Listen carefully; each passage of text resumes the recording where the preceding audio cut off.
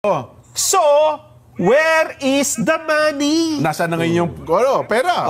Ang sagot ni Guevara, the money went presumably to the National Treasury for the purpose of using it for projects and programs under the ad program appropriations. Ayun. So, eto na. So, we have unused funds for the project.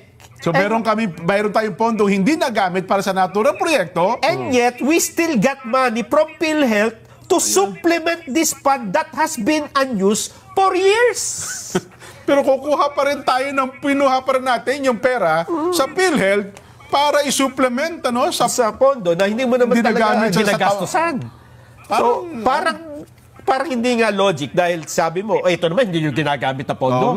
Ilagay na yung yan yung palang naging oral argument dyan sa Supreme Court. Yun ang matindi ngayon. Tungkol sa pondo ng PhilHealth. Naku, ito ang hot cake ngayon. Mukhang maraming maliliwanagan tungkol sa ano nga ba itong pondong itong pinag-uusapan dyan sa PhilHealth. Bakit sa kabila ng sila ay illegal may malaking... ba o illegal? Ang punto niyan kasi ang katwiran nila, hindi na namin binigyan kasi may malaki silang pondo pero nasa batas pala, kailangan pa rin ng subsidiyan ng gobyerno. Tama. At lumilitaw na parang wala pang desisyon oral argument pa lang ito. Pero sa mga pagtatanong, lumilitaw na mali yung ginawa na hindi sila binigyan ng... parang hindi kasi nila sinunod ang utos ng batas na dapat may subsidiya ang PhilHealth. Yes. At pangalawang issue dyan, Benny, yung paglilipat ng pondo sa National Treasury. Natatandaan mo, meron sinabi na ito ay mga pondong ililipat kasi hindi maginamit. Yung 89 billion pesos. Almost 90 billion. Mamaya ay hihimayin natin kung ano ang naging usapan. Bakit inilipat yung pondo, saan gagamitin, at tama bang ang ginawang paglilipat na yun? Mukhang na-discuss sa oral argument. Tsaka natalakay din doon yung sinasabing, kayo ba ay bayad kayo sa lahat ng pinagkakautangan nyo? Yung PhilHealth? Hanggang sa panahong ito, updated ba yung bayad nyo? Hindi nasagot ng maayos? Mukhang hindi Hindi. Kasi ang dami nagkiklaim pa hanggang ngayon na hindi pa nababayaran ng ospital Yes. Di ba? Kaya kung magkano man ang pondo siya, kasi sabi nila meron silang 400 to 600 billion na surplus na pondo pa, di ba? Pero kung ibabawas ba lahat ng pagkakautang ninyo, kung sabihin, may surplus ba kayo? May surplus pa rin ba kayo? Yun yung hindi masagot ng maayos. Kasi yung bagong presidente ngayon pala ng PhilHealth, sinasabi nila mukhang sa kanyang kompetensiya, sa kanyang pagtaya, mukhang may deficit pa ang PhilHealth. Baka may kulang pa niya. At ito pa, ang commissioner ng Commission on Audit, tumistigo daw yan. Ewan ko, hindi ko alam kung anong termino pero parang napagalitan. Hindi ba napagalitan? Pero parang pinuna. Nandiyan di ba siya sa Korte Suprema? Pumunta Sabi nung justice, ba't nandito ka? Napansin tuloy siya. Nag-abogado. Sabi, bakit ka pumunta rito? Ikaw ba pumunta rito as commissioner ng COA? O ikaw ay abogado ng ganito? Bakit ka nandito? So, commissioner lang ito, hindi yung chairman, Commissioner. Anyway, mamaya, balikan natin yan. Detalyehin natin yan. Ang atin na lamang. Ituloy na ba natin? Tuloy natin ito muna. Sige. Itong sinasabi ko sa inyo na interesado ako dyan. Oral argument sa Korte Suprema. Ito kasi matututo tayo dito. Kahit hindi tayo mga abogado, matututo tayo. Makikita mo yung pinagkaiba ng investigasyon sa Korte Suprema at sa Kongreso. At sa Senado. Pwede mo ikumpara na dito talaga ang pinag-uusapan yung pinakamalalimang batas. Di ba? Hinihimay talaga. Pero sa kanila naman tawag nila, Nelson, na hindi investigation, Kapag hindi investigation. Sa Supreme Court, anong tawag nila? Oral argument. Pero basically, oral argument man siya, makikita mo na investigasyon din yung direksyon. Sa mga pangkaraniwang dedesisyonan sila. Hindi sa lahat ng kaso o petition ay nag-oral argument. Tama. Pagka lang ito ay talagang national interest at talagang kailangang marinig ang bawat panig. Yan, pakikinggan na Pakikinggan. Oo. So ito, unbank ito. Yung 15 lahat sila rito. At lahat sila pwede magtanong. Ayun. Ang kagandahan dito dyan, hindi katulad dun sa Quadcom, na pagka tinanong ka, pipilitin ka kung anong gusto mo lang isagot. Tsaka may grandstanding nun. Dito sa Supreme Court, hindi pwede. Hindi pa pwede. Lahat kayo rito, mahukum kayo. Oo. Alam mo ba na ang isa sa pinag-usapan ay yung tungkol sa yung pondo na saan ilalagay, saan gagamitin yung pondo na Kinuha. Oo, na inilipat. Okay. Kasi ang gusto nilang malaman ay anong justification, bakit kukunin mo? Ibinalik nila sa National Treasury. Bakit di ba? Meron bang dahilan?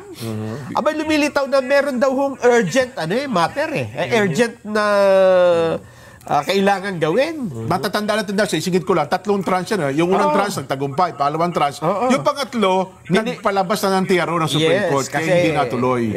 Kasi didinggin nga nila. Yan. Ang isa daw palang paggagamitan, kung kaya kailangan ng pondo na kukunin sa PhilHealth, ang sabi nila, idle funds to hindi nagagamit ang Hindi pondo. nagagamit. Kaya nililipat. Para daw magamit doon sa ang isang nakalista ay yung ginagawa o gagawin na tulay na magdudugtong sa Panay Island papuntang Guimaras. Sa construction pa rin ng tulay. Panay, Guimaras, Negros Bridge. Okay.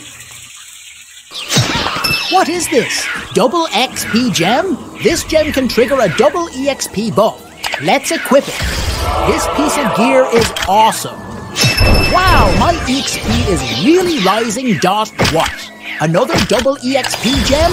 Let's see if I can combine the two of them. Oh my... Di ba may pondo yan? Yun nga yung na-discover. Kasi kung ginawa mo yung project, paglalaan na ng pondo yan. Na-discover na ito pala ay meron ng pondo mula sa Export-Import Bank of Korea na nagkakahalaga ng 179 billion pesos. So, loan pa pala yan. Kaya ang tanong dito, ang nagdedepensa si Solicitor General Bernardo Guevara. Okay. Ang sabi nung Korte Suprema ni Associate Justice Ami Lazaro Javier, Okay. bakit minadaling ilipat yung pondo? Ilang beses bang popondohan ang isang proyekto? Di ba kasi may pondo na, popondohan mo pa? Tama, Ganun ang, eto dyan yung eto yung word for word, kasi ito oral argument na usapan nila. Tanungan na magkabilang panig yan, Okay. Tanungan ito ng magkabilang panig. Eto, ang sabi ni Justice Javier, according to the DOF, the funds to be remitted to the National Treasury will finance urgent national project. Ayun. Yan ang tama. Statement yan ni Secretary Ralph Recto. Tama. These are all construction project, Mr. Solicitor General. Okay. Kasi binasa niya yung mga puro construction Ang sabi ni Guevara, not all of them. Hindi lahat ng yan. Some of them pertain to health projects. Sabi niya, I'm talking about the routine maintenance of national roads, the PGN Bridges project, and payment of right-of-way, correct? So, yun ang tinatanong niya, yung mga infrastructure. Paggawaing bayan-bayan. Sabi niya, in a sense, they are ordinary expenses of expenditure. Okay. Sabi nung Justice, they pertain to construction project of the government, correct? Ang sabi ni Guevara, infrastructure, yes. Ayun. You can call it that. Infrastructure projects, all right. Okay. Eto na. With respect to the PGN Bridges project, yung tulay, yung Panay Guimaras. Yes. Per DBM's budget of expenditures and source of financing, financial year 2024 report, the PGN Bridges project appears to be fully funded by the Export-Import Bank of Korea in the amount of 174.49 billion plus pesos. So fully funded, ibig sabihin, May pondo. hindi kailangan ng counter counterpart dito sa Pilipinas, ganun ba yun? Kaya tanong niya dito, fully funded eh. is there an urgency to transfer the PhilHealth funds when the project is already fully funded? Oo nga naman, tama yung tanong ni Justice. Ang sagot ni Guevara, Your Honor, this is a matter really of delving into the wisdom of the legislature in allocating funds. But teka, Wisdom. teka. Sa tingin ko, nasan yung wisdom doon kung may pondo na, di ba? Kasi ang wisdom yung malalim na kaisipan yan. Yes nga, oo. Pero kung titinan mo, parang kahit naman hindi wisdom, common sense lang. Yes. May pondo na po, pondohan mo pa. Oo. So parang itinuro ni Soljan Guevara, ito ay kaalaman, kumbaga, Malalim na kaalaman. na kaalaman ng mga mababatas Hindi, ang natin. wisdom, parang sinasabi na malalim na pagpapasya. Kumbaga, Nakalihim sa hiwaga. Malalim na pagkapasa ng mga mababatas natin. Parang sila lang ang nakakaalam kung bakit nila ginawa yun. Pero ang sabi ng Justice, funding a project that is already fully funded under the category of unprogrammed. Export-Import Bank of Korea has loaned the Philippines 174.49 billion pesos plus. Yun na nga, inutang pa pala natin sa diba? Export-Import Bank ng Korea. Is there an urgency? Nagmamadali, meron bang talagang importance to transfer the PhilHealth funds when the project is already fully funded? Tama naman. Ang ganda nung kanyang line of questioning. Ang sabi ni Guevara, Your Honor, I think one consideration by the Congress in doing so is a determination of when a project is already implementable. So if a project that has already been identified and sufficiently funded is considered to be non-implementable for the given fiscal year, then I think it is the decision of the Congress in the exercise of its policy or wisdom, so to speak, to move it to the unprogrammed appropriations in the meantime. So parang sinasabi niya rito, nga meron ng pondo, May pero nilaan ng pondo dyan. hindi pa ma-implement eh. So, Kaya kailangan daw magkaroon ng isa pang unprogrammed appropriation para dito. Kaya tanong uli nung Justice Xavier. So, has the government moved this amount to the unprogrammed funds of the government? This Export-Import Bank of Korea loan, has the government moved it to unprogrammed funds? Di ba? Kasi kung pupunta mo yung project, saan mapupunta yung utang mo? sa unprogrammed funds. Ibig ba sabihin, mapupunta yun sa on-program? Ang sabi ho ni Guevara, we will have to check on that, whether that has been actually transferred only or removed altogether. Because there were certain removals made by the Congress in the proposed infrastructure or other project of the government. Eto na yung matindi. Parang maiipit si Guevara Eto na, dito. eto na. How can the government Sinong tanong niyan? Si Xavier na to? Si Justice Xavier. Justice Xavier. How can the government have removed this when it is alone? Inutang mo nga naman Specifically for that purpose. May layunin ng pagkakautang mo So, pwede mo bang tanggalin yung pondo at ilipat mo kung saan-saan samantalang ito ay pondo na may purpose? Meron talagang tiyak. Pinaglaanan, check na pinaglalaanan mo Sabi ni Guevara, it is something that can be deferred. Pwede daw i-delay, Your Honor, even if it's funded. What is the reason for deferring it? Nga naman. Your Honor, I cannot speculate on the reason of the congressman. Eto pa, sabi ni Justice, has the government spent even a single centavo from that loan? Considering that the project has not even started?